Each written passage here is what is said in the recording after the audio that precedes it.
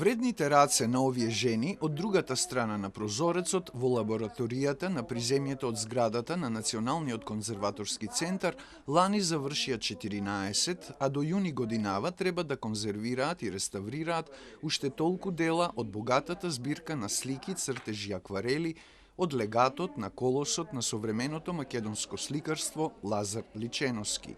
Ема Петрова, советник реставратор за штафелајно сликарство во Националниот конзерваторски центар, е раководител на овој проект.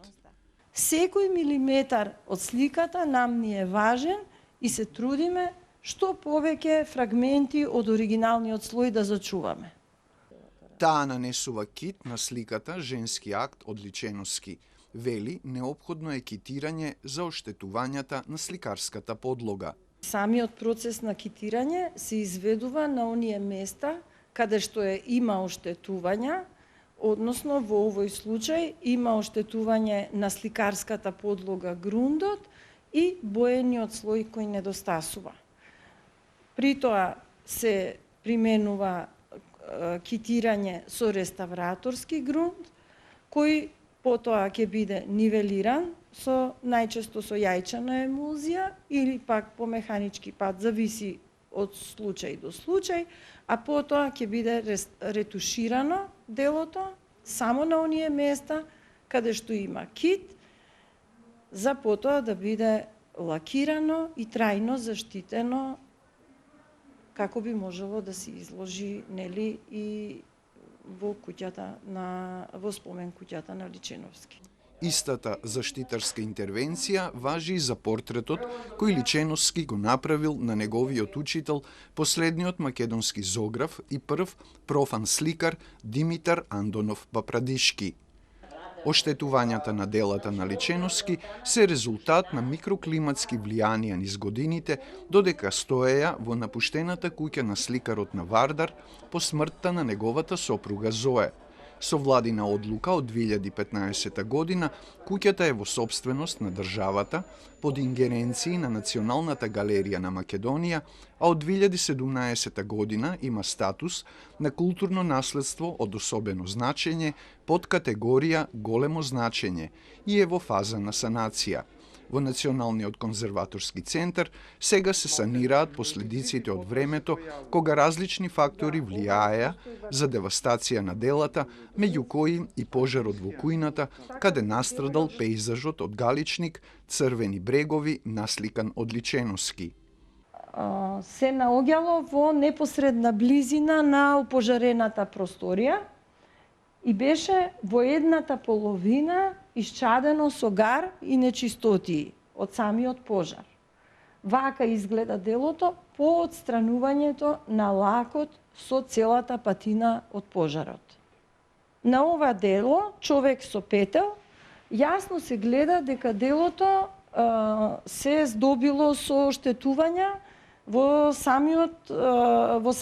куќата, додека микроклиматските услови не биле поволни за него.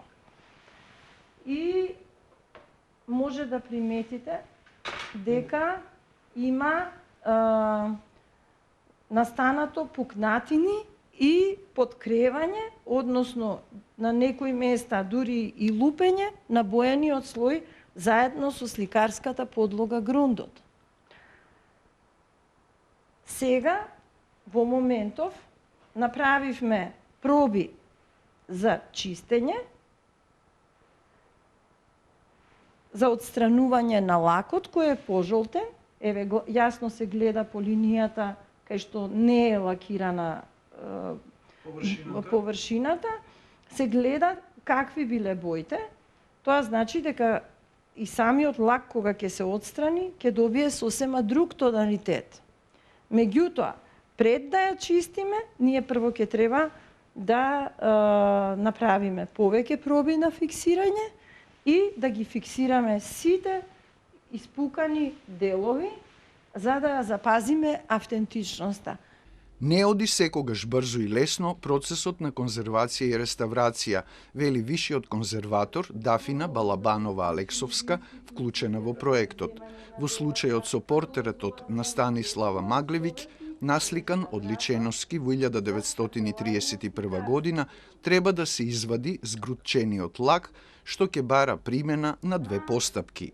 Денеска го започнувам вадењето на лакот на ова дело, после направени проби повеќе и многу дискусија со ЕМА, затоа што овде има еден, да кажеме, не толку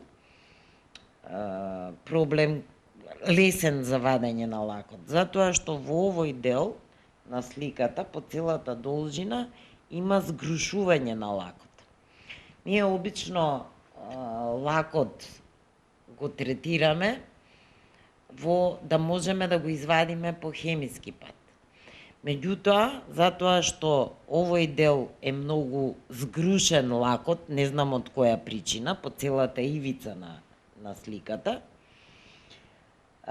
мора да се вади и да се работи и по хемиски пат и мануелно. Така да ќе биде овој процес доста макотрпен, затоа што морам внимателно да се работи, затоа се работи и со лупата, за да тие што се згрушувањата, тие по хемиски пат во суштина не се растворуваат, него само малку се омекнуваат. И ние мора да ги отстраниме мануелно. Така да, најверојатно, работата на оваа слика ќе биде подолго. Понекогаш се потребни и истражувања за утврдување на методите со кои ќе се врши реставрацијата. Треба да се следат процесите на старење на врзивата и лепилата. Се чека година до две за да се дојде до резултатите, па потоа се одбира постапката за заштита.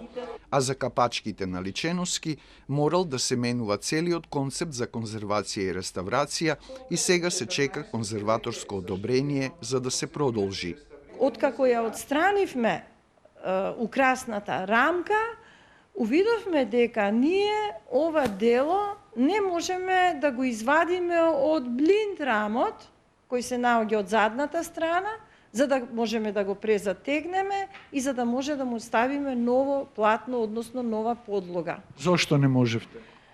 Затоа што се констатира дека авторот во еден момент му дошла некоја нова идеја или пак ликовното дело било пократко од украсната рамка, па по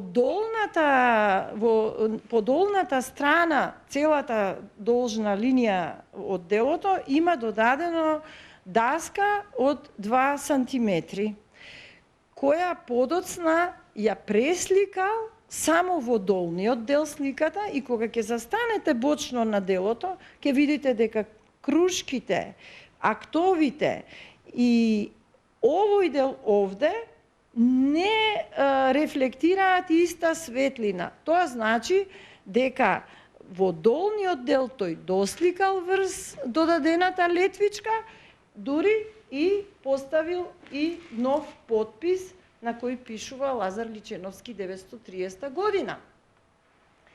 За таа цел беше потребно да се изработи нов анекс проект за конзервација, што го забавува целиот процес, бидејќи знаеме колку тежат административните постапки, да, меѓутоа во случајот се навистина неопходни.